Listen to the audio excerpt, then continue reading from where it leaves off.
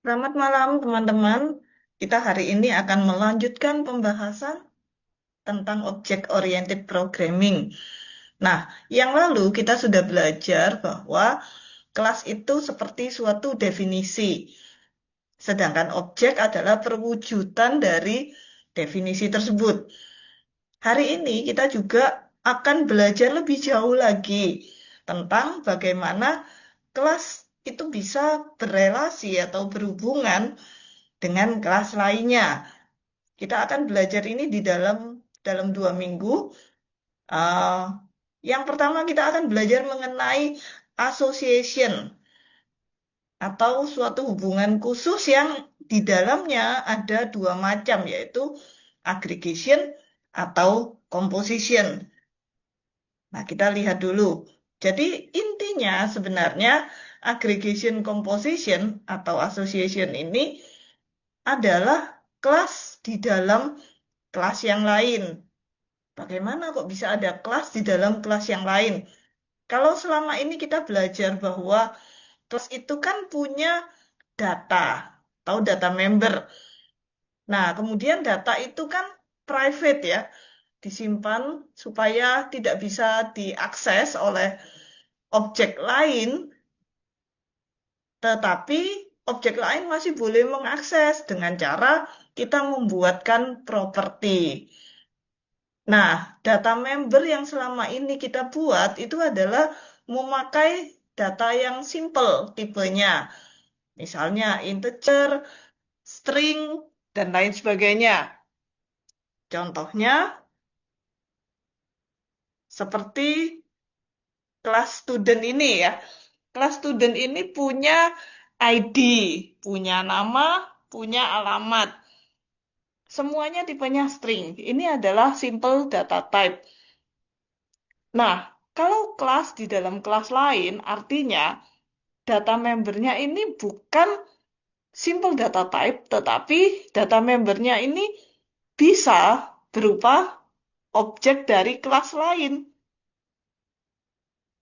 Contohnya seperti teacher ini ya, kelas teacher selain punya ID, nama, dan address yang string, dia juga punya course atau mata pelajaran. Nah, mata pelajaran ini tipenya apa? Tipenya ternyata course dengan C huruf besar. Kalau kita sudah belajar penamaan, nama kelas selalu diawali huruf besar ya. Kita sudah punya perjanjian konvensi sendiri bahwa memberi nama kelas itu diawali huruf besar. Jadi, kelas teacher di dalamnya ada kelas course, ada objek dari kelas course. Kebetulan nama variabelnya boleh diberi nama apa saja, tapi di sini saya beri nama course juga, tapi dengan huruf kecil. Nah, ini adalah contoh kelas di dalam kelas yang lain. Kelas di dalam kelas yang lain itu, seperti saya katakan tadi, merupakan bagian dari association, dan dia itu ada dua macam. Yang satu aggregation, yang satu lagi adalah composition. Bedanya apa? Bedanya tergantung relasinya kuat atau tidak kuat.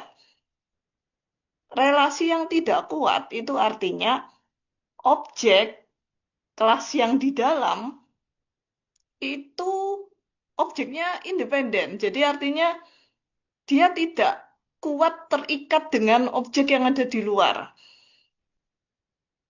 Contohnya misalnya ya, eh, kalau misalnya ada guru yang merupakan bagian dari sekolah gitu ya. Jadi kalau kita punya kelas sekolah misalnya di dalamnya ada kelas guru. Misalnya just in case sekolahnya ini dihapus datanya. Gurunya masih tetap menjadi guru, masih bisa mengajar di sekolah yang lain. Jadi guru tetap eksis walaupun data sekolah tidak ada. Demikian juga misalnya em, data pengemudi bis gitu ya. Jadi misalnya kita punya banyak bis. Setiap bis ada data bisnya, ada nomor platnya, berapa kapasitas tempat duduknya, dan ada drivernya siapa. Nah, driver bis ini datanya akan tetap ada, walaupun misalnya bisnya sudah kita jual misalnya. Karena dia bisa menyopiri bis yang lain. Nah, itu adalah contoh aggregation di mana relasinya tidak terlalu kuat. Sebaliknya, composition berarti kelas di dalam kelas yang lain, tapi relasinya sangat kuat. Contohnya adalah, misalnya saya membuat data bangunan. Lalu di dalam bangunan itu saya juga ada aneka macam ruangan. Nah, di dalam ruangan itu kalau saya simpan data-data ruangannya, misalnya kapasitasnya, terus kemudian nama ruangnya ini ruang apa, maka kalau bangunan ini datanya saya hapus, seharusnya loh, ruangan juga nggak akan ada. Karena nggak mungkin ada ruangan tanpa bangunan. Jadi kalau misalnya bangunannya di-destroy, dihancurkan, ya ruangannya ikut nggak ada ya. Jadi itu adalah relasi composition, di mana objek kelas di dalam itu tidak bisa ada tanpa owner kelas atau kelas yang di luarnya.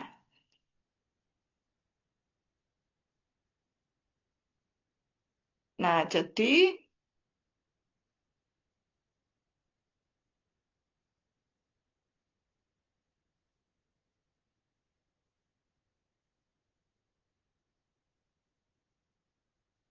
ingat aggregation, kalau objek dari owner kelas dihapus, kelasnya tetap, objek yang di dalam tetap ada.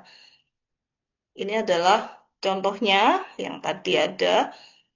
Sedangkan composition, kalau objek dari owner dihapus, maka objek dari kelas di dalam ikut terhapus.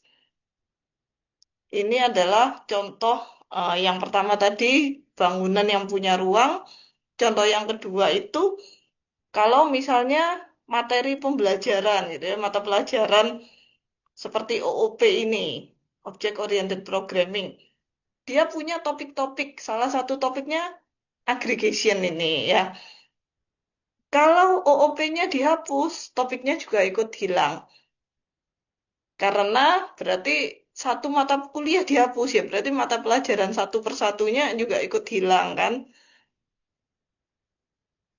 Tapi intinya aggregation atau composition itu sebenarnya adalah kelas di dalam kelas yang lain. Nah, kita akan coba melihat bagaimana sih cara kita membuat code dari sebuah kelas di dalam kelas yang lain. Kita ambil contoh location, building, dan room. Jadi lokasi, bangunan, dan ruangan. Kita akan membuat building management system application yang akan menyimpan data lokasi, data bangunan, dan data ruangan. Nah, setiap lokasi bisa ditempati oleh banyak bangunan, tapi satu bangunan hanya boleh ada di suatu lokasi. Satu bangunan bisa ada beberapa ruangan. Setiap ruangan hanya ada di suatu bangunan. Kelas yang akan kita buat adalah tiga ya, satu lokasi, dua bangunan, tiga room atau ruangan. Nah, ini adalah data member atau data dari setiap kelas yang akan kita buat. Jangan lupa, kalau kita membuat data, maka berarti satu, kita buat dulu data membernya private. Lalu setelah itu jangan lupa sediakan propertinya yang public.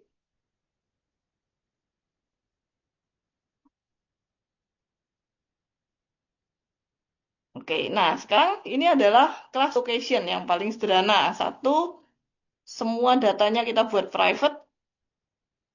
Jangan lupa buatkan propertinya yang public seperti ini.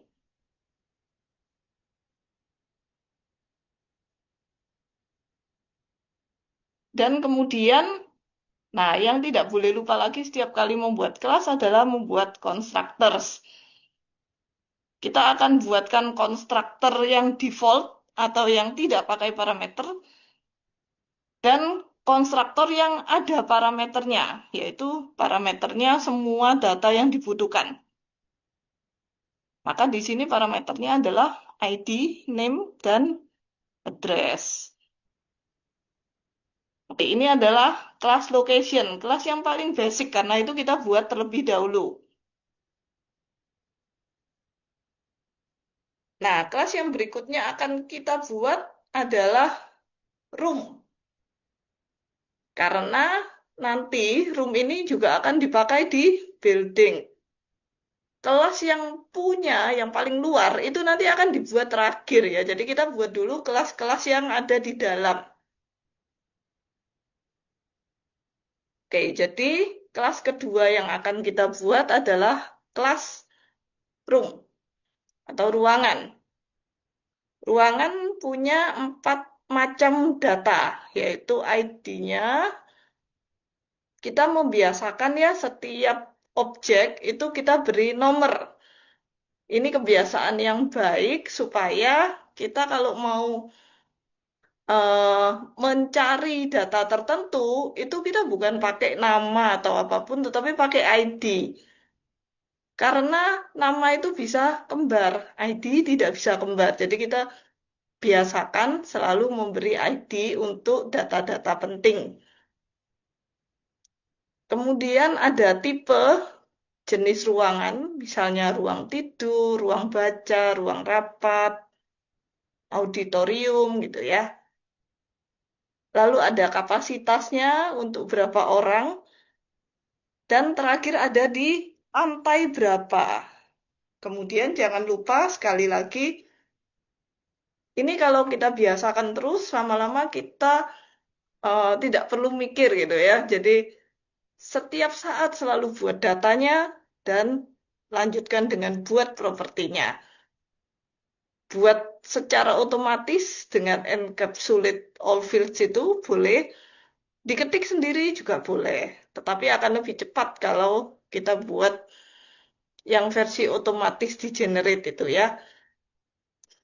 Oke, properties, ID, type, capacity, dan juga floor. Dan sama dengan yang tadi, kita buatkan juga konstruktor default dan konstruktor yang ada parameternya. Oh ya, biasakan juga kalau kita sudah punya properti, maka pada saat mengisi data di konstruktor, pakai propertinya. Jangan pakai eh, data membernya. Memang karena masih di dalam kelas, kita masih bisa mengakses data membernya. Tetapi kita membiasakan diri untuk selalu akses propertinya saja kalau sudah ada. Karena itu kita menulisnya di sini ID dengan huruf I besar, properti semuanya diawali huruf besar kan, sama dengan ID kecil. Nah, ID kecil ini maksudnya adalah ID yang ada di parameter ini ya. Ini bukan ID data member. Apakah boleh namanya sama? Boleh. Karena saat ada di sini, kalau dia melihat nama ID, maka dia akan cari di dalam dulu. Nah, dalam hal ini di parameter. Kalau di parameter nggak ada, baru dia cari di data dari kelas. Oke, jadi ini artinya property ID sama dengan ID yang ada di parameter ya. Demikian juga yang lainnya. Oh, ini kelihatannya ada salah ketik, seharusnya type sama dengan type. Silakan diganti sendiri ya.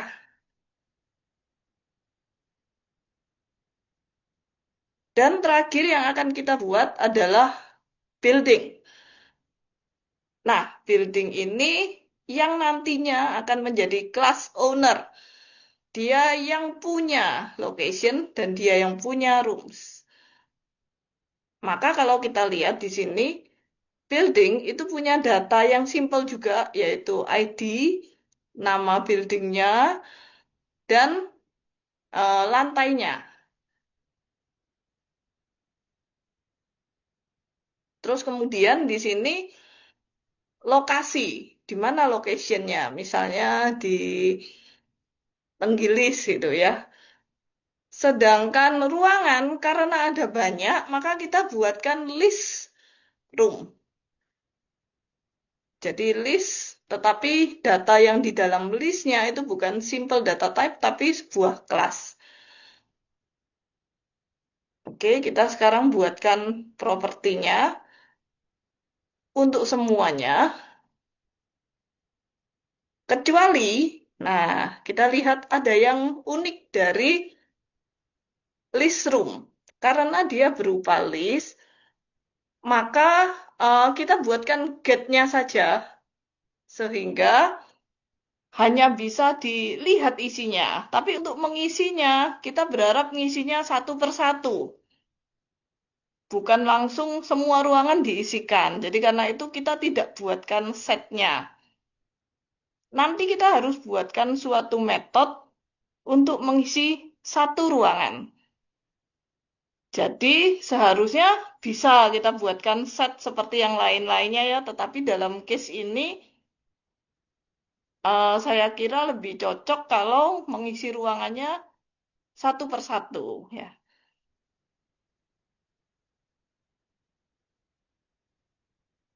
Nah, ini adalah konstruktornya. Konstruktor yang default berarti dikosongin semuanya, termasuk listnya ini hanya di new gitu ya, tidak ada isinya. Location-nya juga hanya new, belum ada isinya. Nah, sekarang yang ada parameternya, ini hanya sampai location. Room-nya tidak diisikan. Sama seperti tadi, karena kita berharap ngisi ruangannya satu persatu. Tidak rombongan gitu ya, tidak satu list semua dicemplungkan. Jadi karena itu di sini semuanya diisi seperti biasanya, kecuali list of rooms itu hanya new, berarti masih kosong.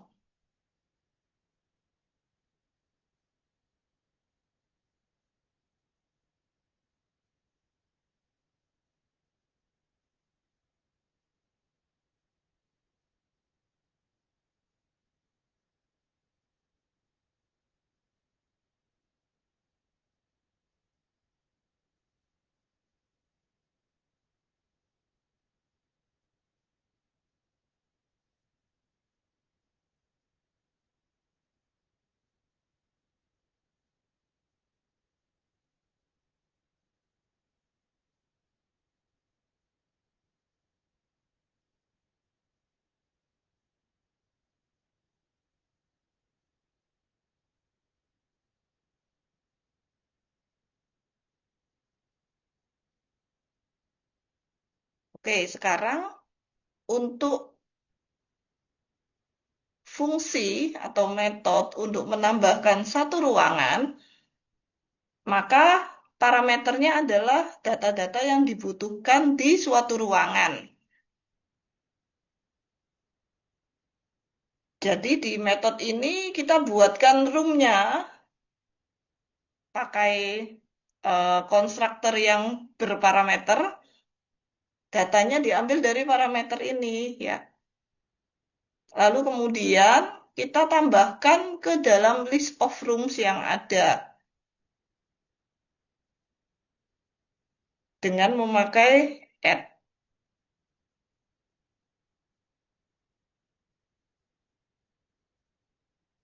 Nah, kemudian untuk mencoba kelas yang sudah kita buat, nanti kita buat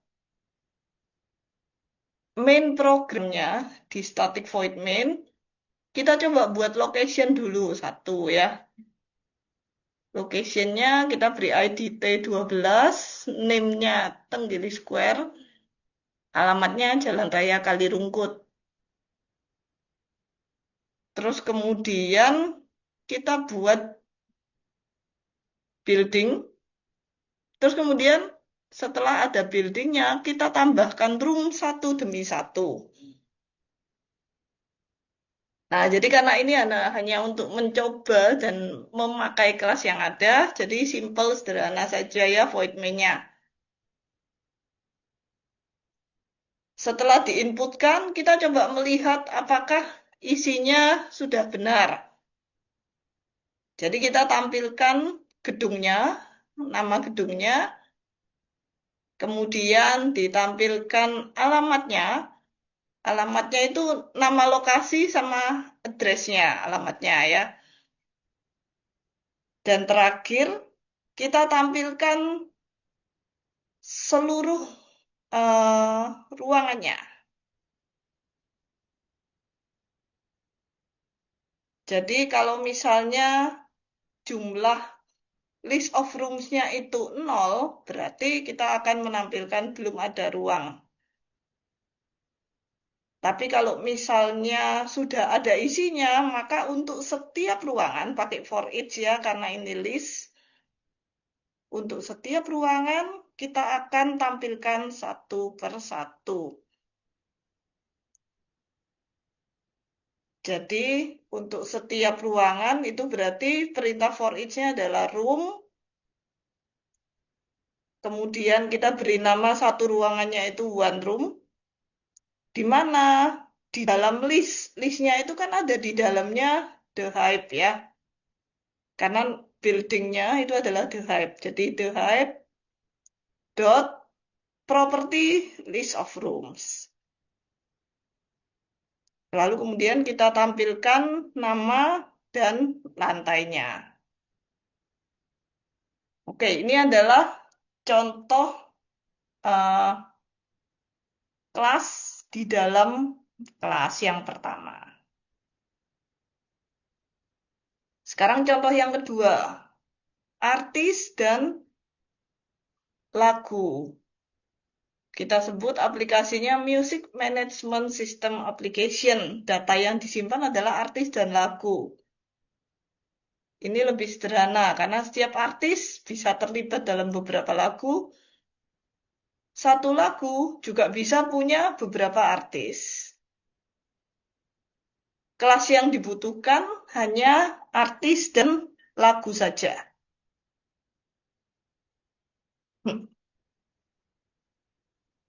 Nah, ini adalah data artis, hanya ID dan name, sedangkan data lagu, ID, judulnya, genrenya, dan daftar artisnya. Seperti biasa, kita buat dulu kelas yang di dalam, yang lebih sederhana ya, yaitu kelas artis.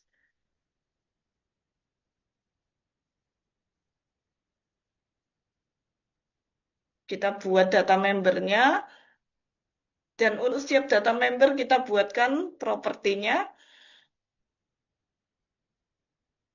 Terus kemudian kita buatkan konstruktornya. Konstruktor ada dua macam, yang satu yang default, kosong, yang satu lagi yang ada parameternya.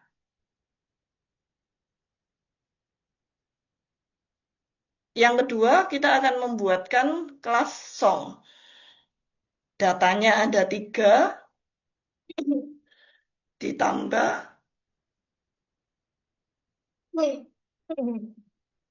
Hmm. Ya, sekali lagi kita akan membuat kelas song. Datanya ada tiga yang simple, ditambah dengan suatu list artis. Jangan lupa membuat properti kecuali untuk list artisnya ya. Untuk list artis sama seperti tadi hanya kita buatkan get saja. Tidak ada setnya karena kita akan mengisikan artisnya satu demi satu. Jangan lupa dibuatkan constructors. Ada dua macam, yaitu default dengan konstruktor yang ada parameternya.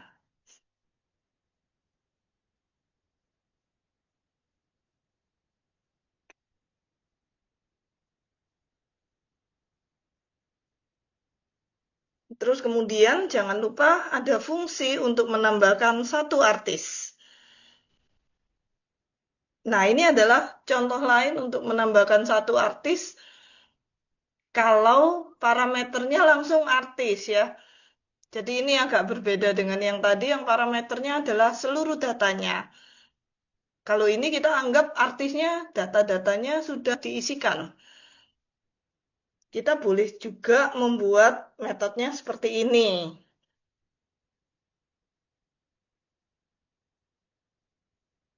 Untuk void min, kita akan mencoba memakai kelas artis dan kelas lagu ya. Kita buat dulu dua orang artis ini.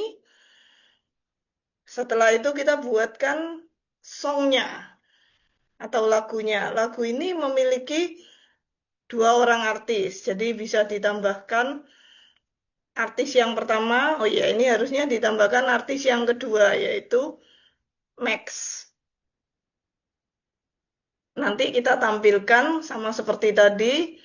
Tampilkan dulu yang bagian luarnya atau objek luarnya, yaitu dalam hal ini lagu, judulnya, dan kemudian genrenya apa. Nah, terus kemudian tampilkan daftar artisnya. Daftar artisnya, kalau masih nol jumlahnya, kalau di count masih nol berarti belum ada artis. Sedangkan kalau sudah tidak nol lagi, berarti sudah ada artisnya, bisa ditampilkan satu persatu namanya. Oke, ini adalah contoh yang kedua. Selanjutnya untuk latihan Anda di rumah, buatlah school and teacher. Sekolah dan guru. School Management System Application. Setiap guru mengajar di sebuah sekolah saja. Setiap sekolah bisa memiliki beberapa guru. Jadi, seharusnya di dalam sekolah akan ada list guru. Ini adalah kelas yang dibutuhkan, yaitu guru dan sekolah. Kelas yang di dalamnya adalah guru, kelas yang di luar adalah sekolah. Dan ini adalah data guru dan sekolah yang harus dibuat. Guru berarti punya ID dan nama. Sekolah punya ID, punya nama, dan punya daftar guru. Jadi silakan dibuat, kemudian eh, yang dikumpulkan hanya bentuk kelas seperti yang tadi ada di slide saja ya. Nanti dikumpulkan di ULS. Oke, selamat mencoba. Terima kasih.